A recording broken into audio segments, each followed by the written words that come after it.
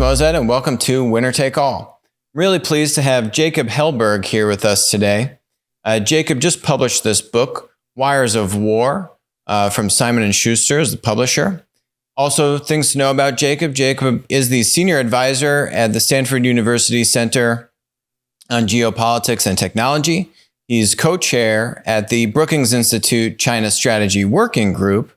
And in a somewhat recent prior life, he led Google's internal global product policy efforts to combat disinformation and foreign interference. Jacob, so great to have you with us. Thanks for joining. Thank you so much for having me. Anything I missed there on the bio? It's a pretty impressive resume you got there. I think you hit all the points. Wonderful. All right. Good points.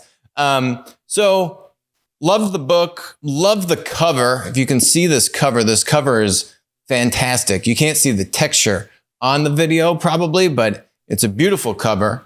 Very timely topic, something we talk a lot about on the show. What do you have here on the cover? Just describe this for everyone. I think that also covers some of what we'll be discussing, right?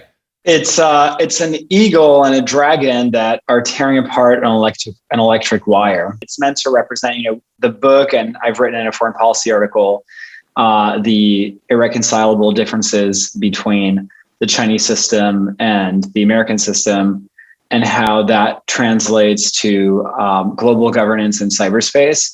And so the tearing apart of this wire is meant to represent how ultimately the different visions for how cyberspace should be governed are really clashing and are fragmenting the global internet into two techno blocks. You nail so much of these topics and give, a lot of really good, deep analysis in the book. And I feel like this interview probably couldn't have happened in a better 24-hour period of time. Just in the past day and few hours, there are, I think, a couple really good examples of doesn't get more recent events. Really highlighting some of what you talk about with the fact that we are in an information war, not that we will be, but that we are in it. And you tweet about one of those here. I've got your feed up here with this basketball player, right, on the Celtics. Mm-hmm. And you've got this tweet here that says, what does it say about U.S.'s China policy that in 2021, criticizing China in the United States, emphasis added, is an unusual act of bravery? High time for Congress to pass an outbound CFIUS framework and disentangle key industries from China. Break that down for us, because there's so much in that I love.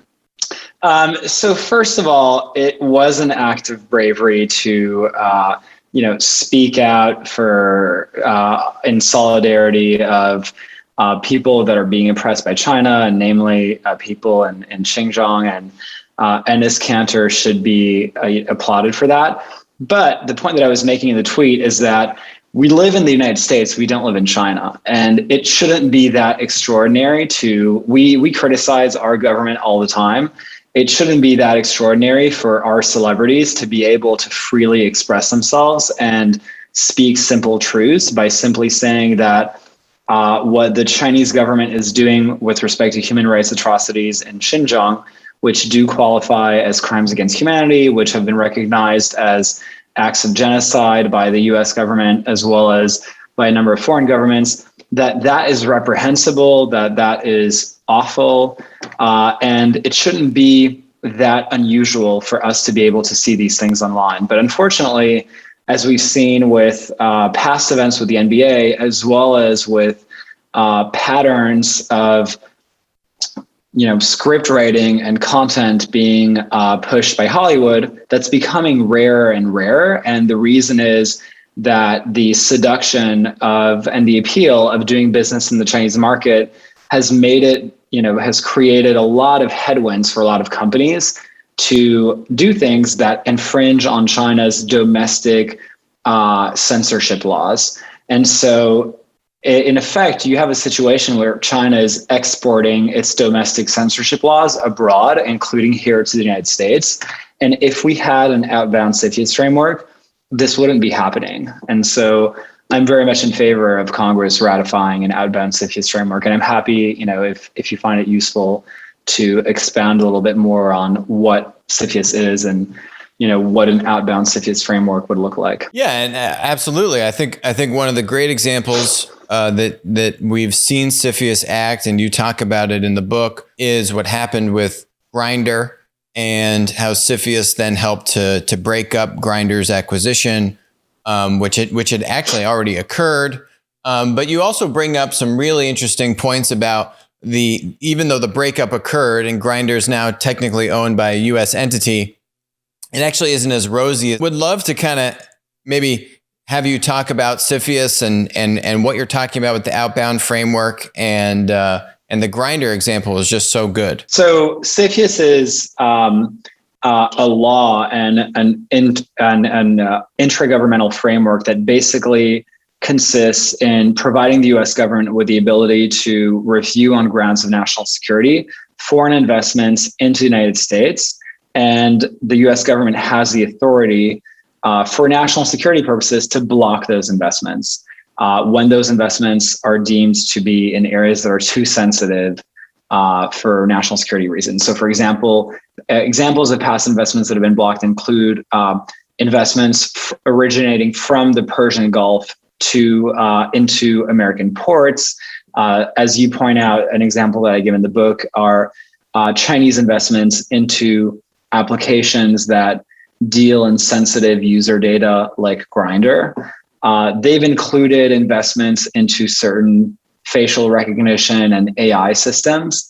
And so what we don't have today, so we have that framework. That framework is a good framework. It needs to be broadened in the sense that the agencies that are tasked with enforcing it should have a better capacity to enforce it in a more consistent way and on a larger scale. Right now, that framework is largely voluntary, meaning companies on a voluntary basis can submit something for review under CFIUS. So a very, very small fraction of foreign investments into the US actually get reviewed by CFIUS.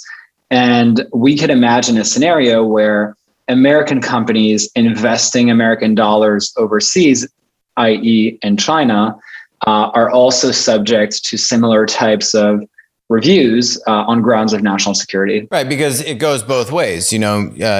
China or other just foreign actors that want to exert influence on an American company, American investment house could offer up very attractive opportunities, and does that ultimately pose a national security risk? There's also two examples you talk about in the book. China and other state actors are using technology and data to inform and shape and influence what people think and how they think.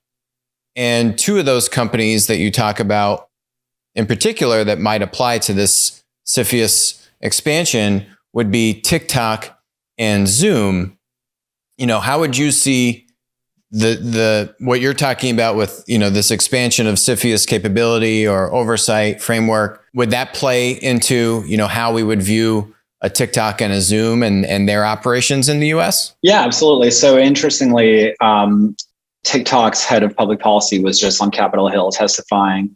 And interestingly enough, as I'm sure a lot of people who followed the hearings noticed, is TikTok testified under oath that they do not share American user data with the CCP or the Chinese government, but they do share user data with their parent entity, ByteDance, which is headquartered in Beijing, and which can then share that information with the Chinese government or the CCP. So it was really revealing. I mean, we didn't need to see the head of public policy at TikTok say that under oath because it was already written in black and white in TikTok's privacy policies. But I think it just highlights the need for the US government to reopen the debate on what we should do with TikTok. And I'm very much in favor of what I refer to as a hard divestment. That includes a CFIUS style divestment, from between TikTok and its parent and its Chinese-based parent company, ByteDance. That means that ByteDance would effectively be forced to divest from TikTok. But in the case of China, one of the interesting dynamics at work is that divestment takes two forms. There is the corporate ownership aspect, but then there is also jurisdictional control. Because of the laws that China has passed within China, the national intelligence law, the national security law, any individual that is based in China or a company operating in China has to comply with intelligence requests and keep that compliance confidential.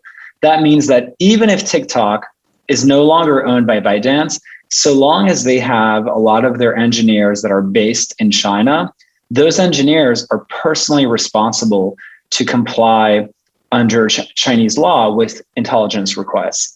That means that a Chinese company may technically not own TikTok, but for all intents and purposes, user data on TikTok may still be funneled out and end up in the wrong hands without CEOs and corporate executives based in the US even knowing about it, because TikTok employees would have to keep that compliance confidential.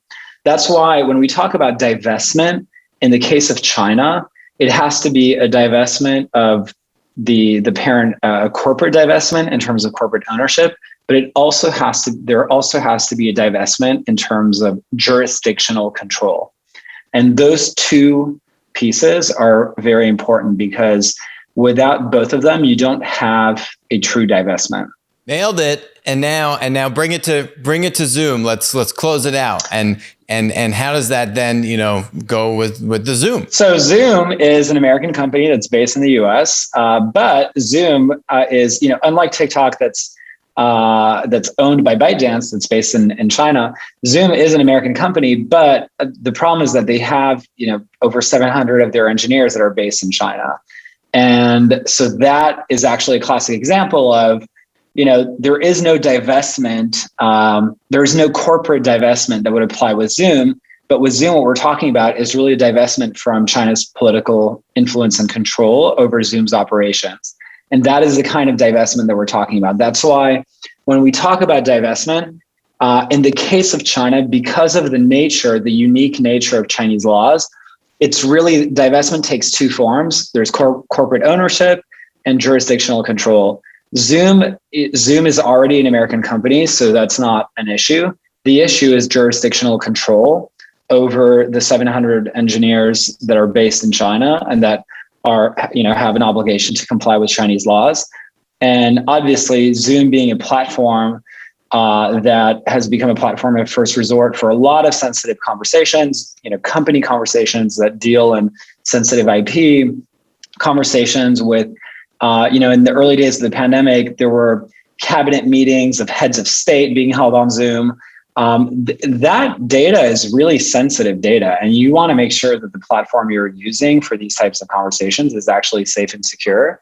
And so I think it would be in everyone's interest in the West to make sure that information that travels through Zoom can't be compromised and end up in the hands of the CCP. Yeah, and it's not like anything that you're talking about is hypothetical. I mean, this has actually already happened. We've seen abuses. We've seen this happen multiple occasions. You give great examples in the book on that and go much deeper. You talk about how, the Chinese government could take the data of your audio and your face and then basically use AI to just impersonate you and have all the stuff they would need if they really wanted to go to that length, which I would completely believe. Actually, I wouldn't be surprised if they're already doing that. We've also, in many years ago, one of the co-founders of Musical.ly, which is what was the predecessor to TikTok, it was very funny. He said, if President Xi asked me for U.S. people's information, I would tell him no. And I remember we were talking about it on the show years ago when this happened. It was just laughing, right? I mean, if he said no to President Xi, this isn't anything against, right, the people of China, right? The people of China are great, very innovative, hungry, driven individuals. This is the CCP that would go and take Zhu, lock him up, put him in a re-education camp, probably put his family somewhere around there too.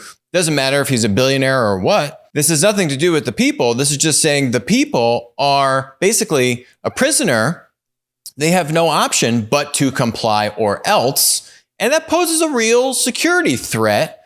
And why aren't we addressing that, like, with the CFIUS suggestion, which I think is great? Well, I'm optimistic that things are trending in the right direction. I think it's important to remember that when there are a number of institutional and financial reasons why things have been very slow to move. First of all, with respect to imposing an outbound CFIUS, there are a number of constraints with respect to WTO rules that obviously we are signatories to that would technically prevent us from instating an outbound CFIUS. There are national security carve-outs to some of these rules that would allow us to potentially have a little bit of maneuvering room for Congress to legislate.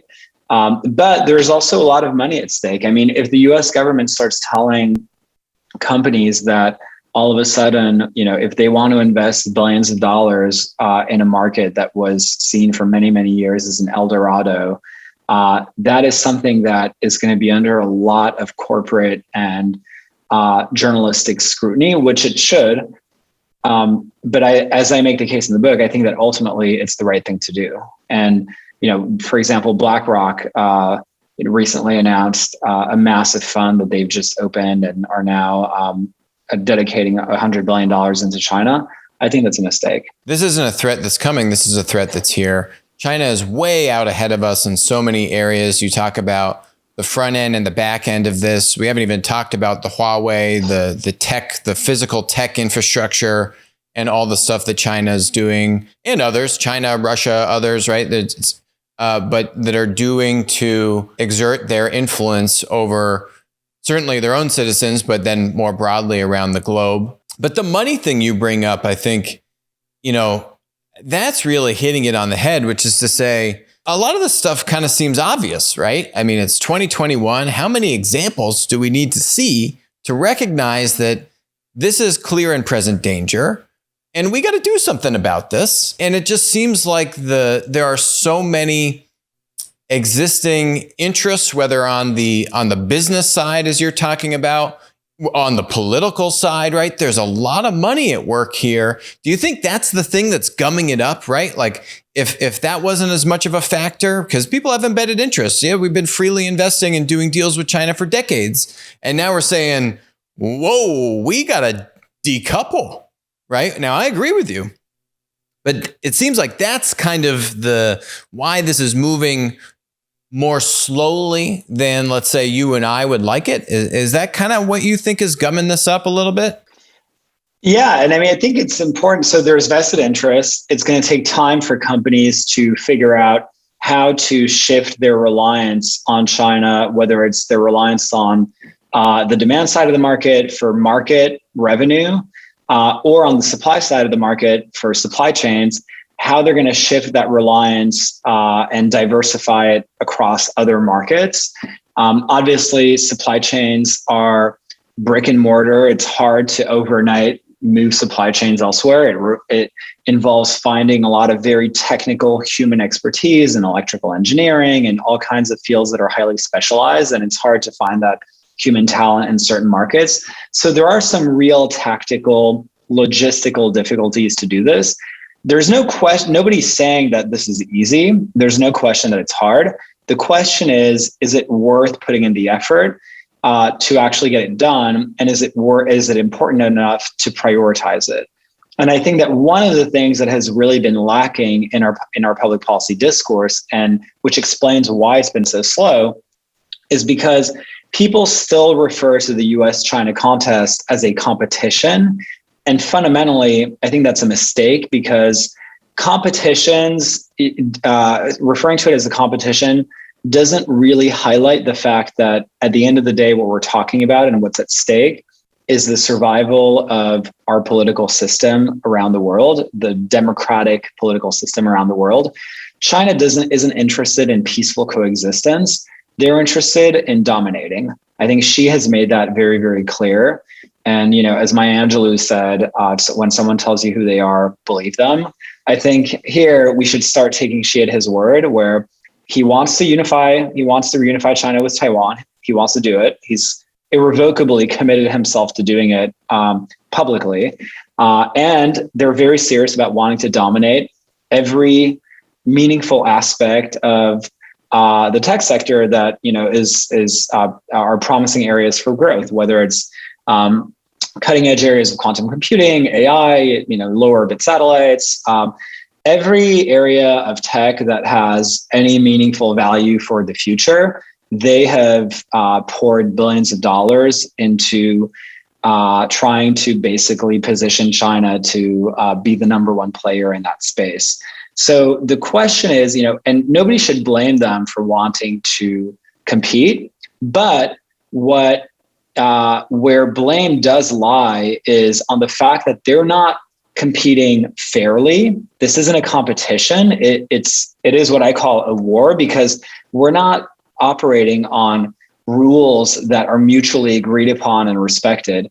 They are trying to win at any and at all costs by stealing hundreds of billions of dollars in intellectual property. It's all rules are out the window.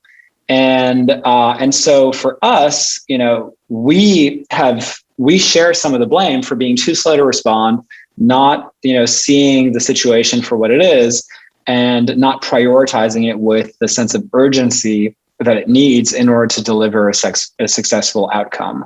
And so ultimately, in Silicon Valley, we spend a lot of time talking about first principles. And I think that's why, as a matter of first principles, the nomenclature that we adopt to characterize this contest is incredibly important. And I think it actually makes a big difference whether you refer to it as a competition or a war. If it's a war, it's your number one priority. Your number one objective is winning the war. You're clear about the fact that you are in an adversarial relationship with someone that it aims to to vanquish you, and you are clear-eyed about the fact that winning that war takes precedence over all other foreign and domestic policy initiatives.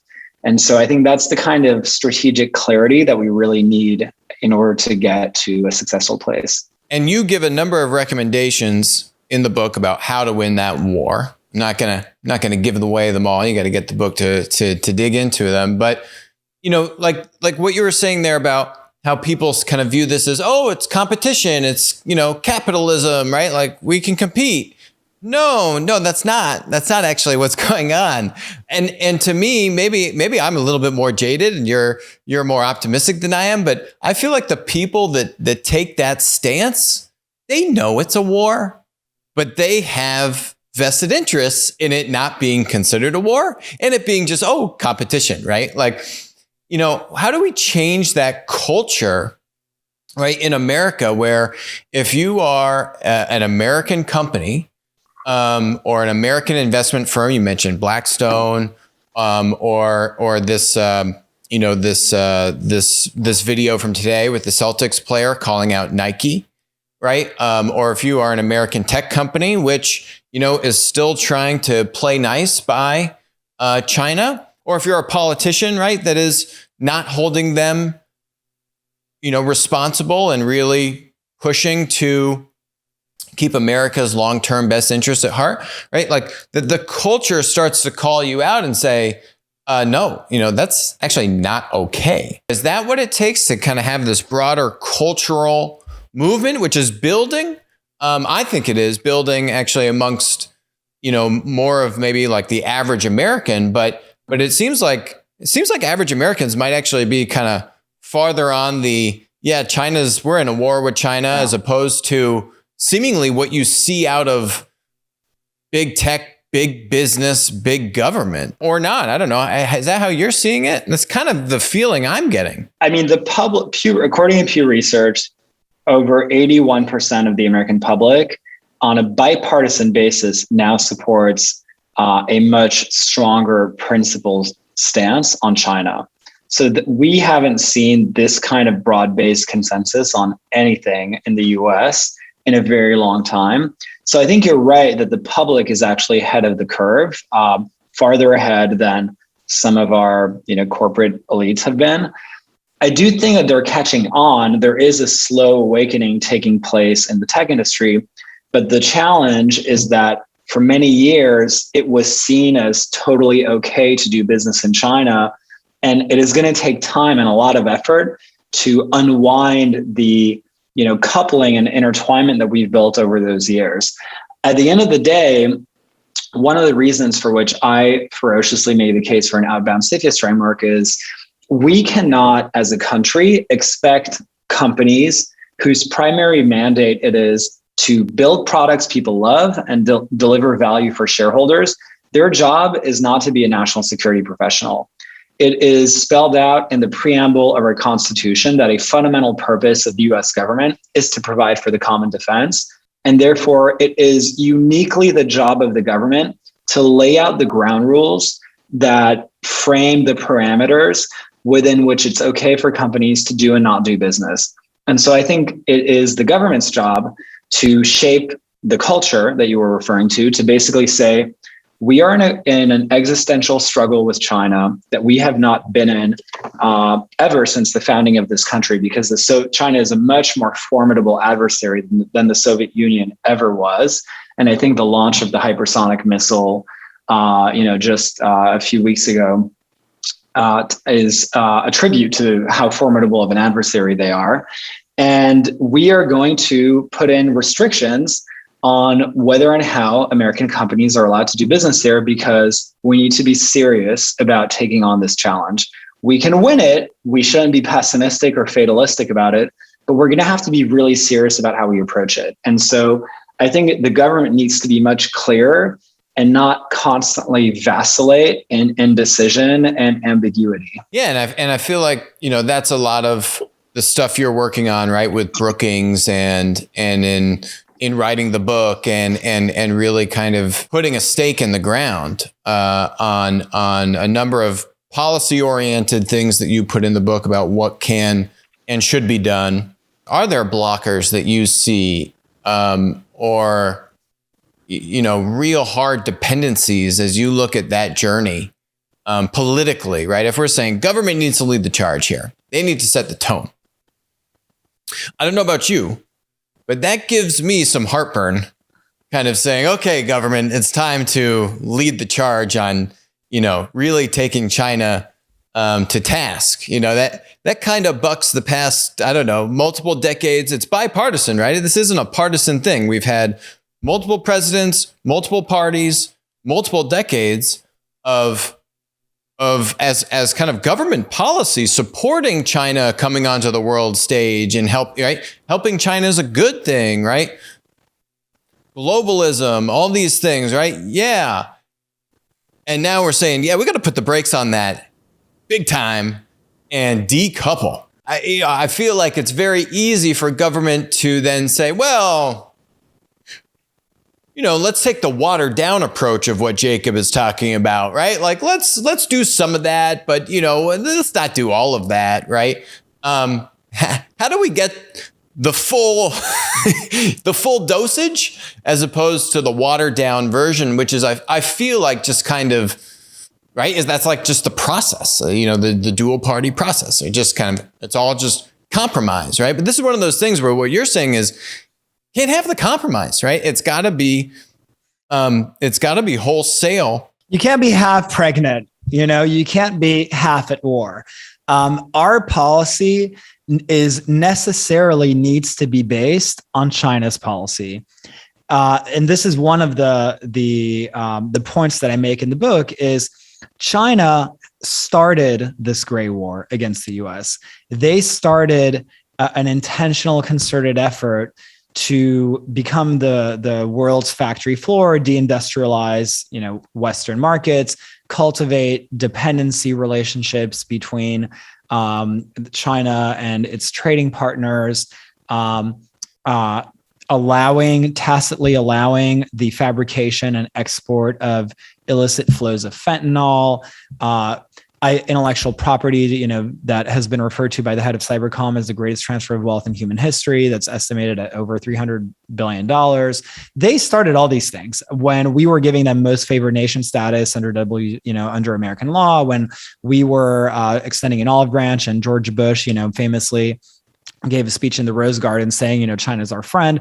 when President Obama created the G2 with the strategic, dialogue between the U.S. and China to build trust, to build understanding between our diplomats and their diplomats, and our security professionals and theirs. We have put in just about every possible effort to engage, to have a collaborative relationship.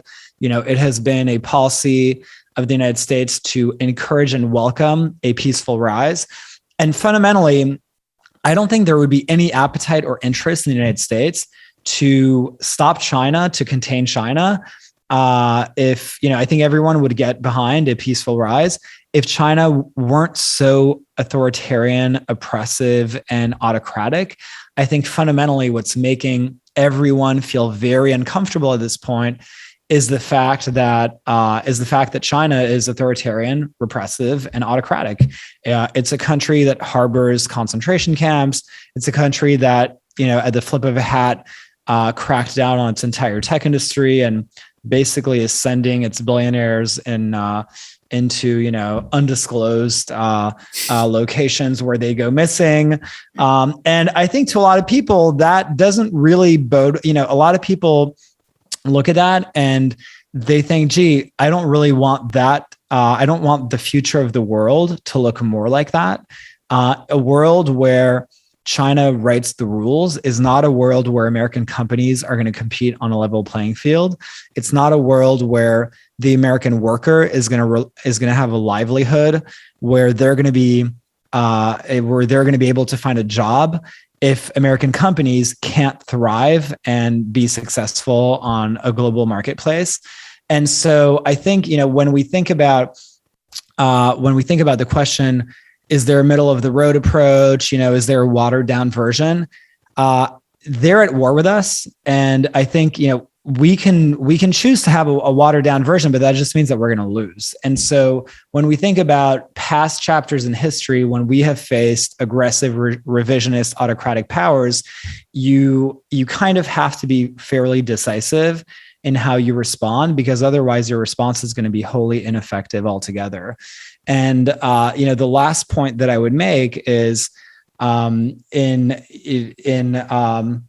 the interwar period, there was obviously an enormous amount of effort to avoid a war at all costs, with a rising revanchist, revisionist Germany. And Britain and France had just come out of World War I, and their number one priority was to deliver, famously, peace for our time. So, and ultimately what we saw was France and Germany wanted to get peace. They had all the right intentions. They were ready to negotiate. They were ready to hold international summits, but Germany saw it differently, and they had their own agenda and their own vision for how they wanted to run their foreign policy and what success looked like for them. And here you have a similar situation where I think in the US, we need to stop thinking that we are the only, actor in this. This is a two-way street. China has its own agenda, and what we do has to necessarily be proportional and commensurate with what they do.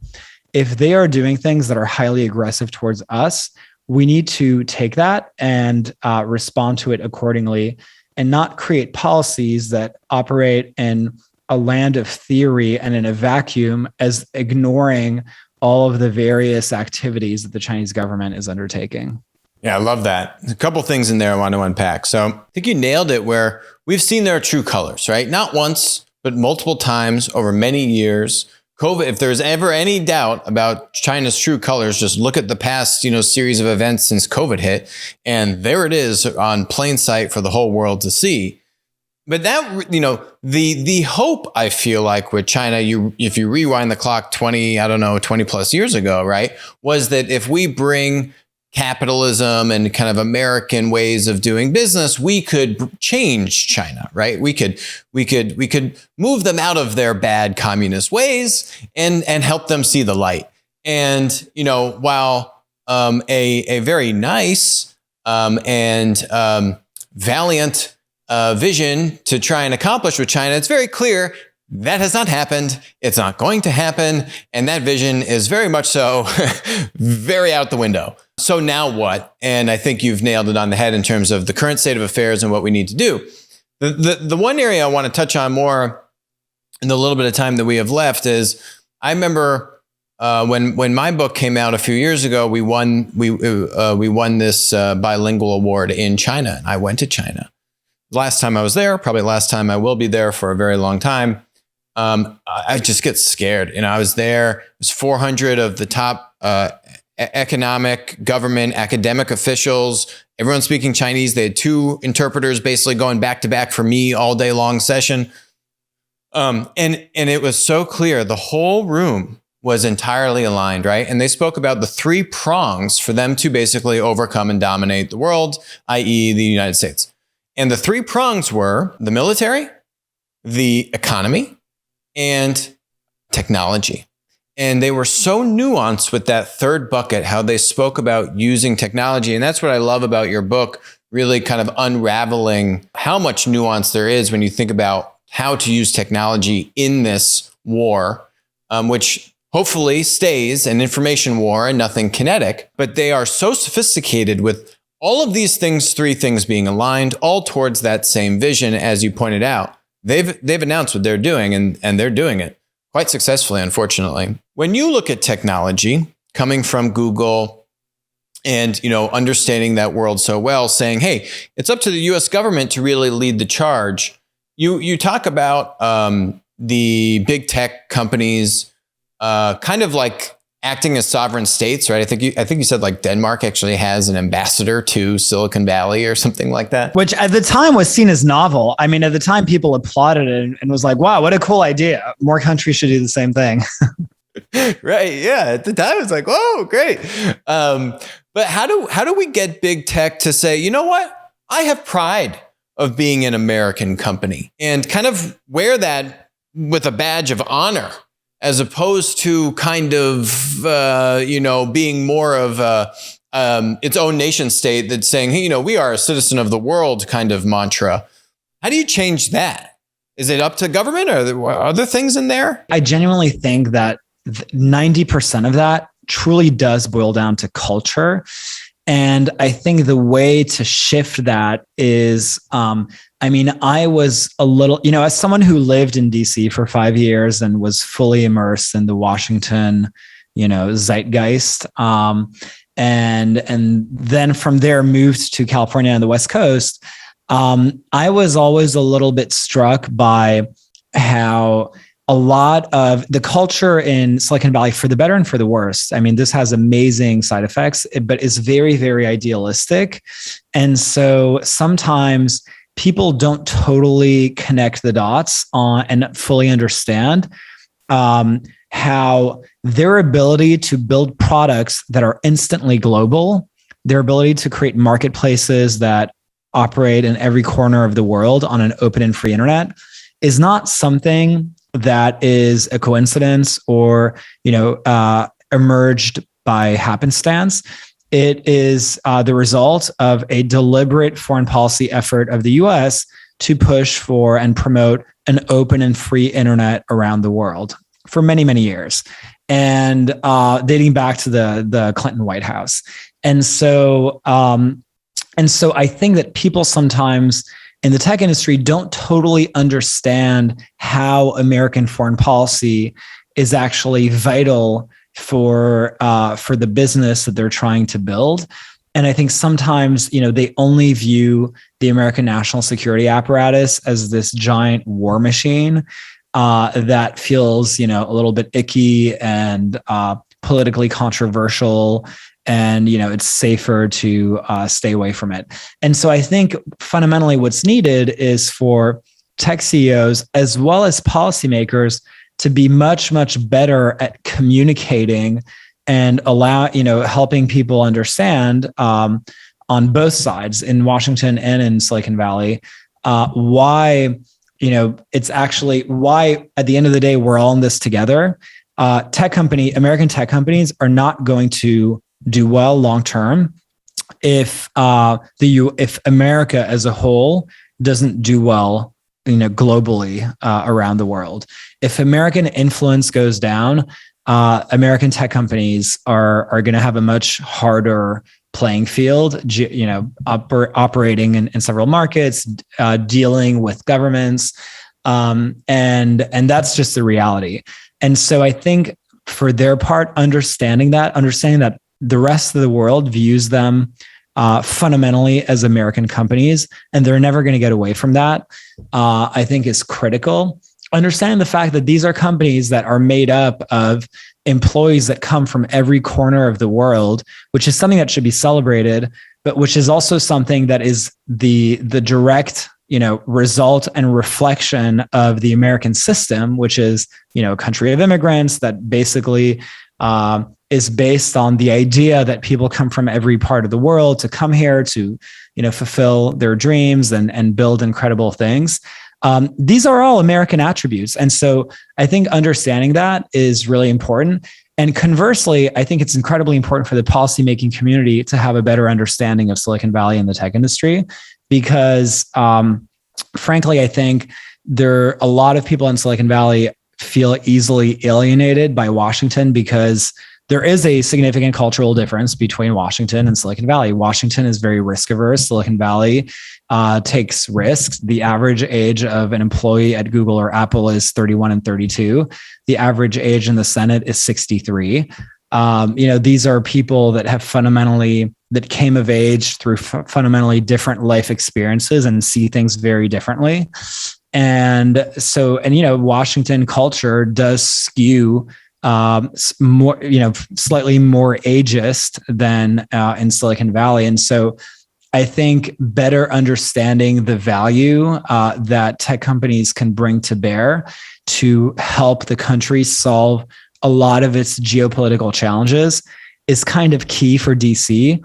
Washington is not going to solve all of these geopolitical challenges with China without tech. Tech is inseparably going to be part of the equation, and the hypersonic missile launch should be shun a really bright spotlight on that. And so fundamentally, these two communities need each other, and we need to have leaders that are getting much better at articulating why that is, and why there needs to be why we need to move to a paradigm where people in the tech industry and the policymaking community embrace each other much more. I think you nailed it on the head to kind of say, yeah, you know what? You have employees from all around the globe.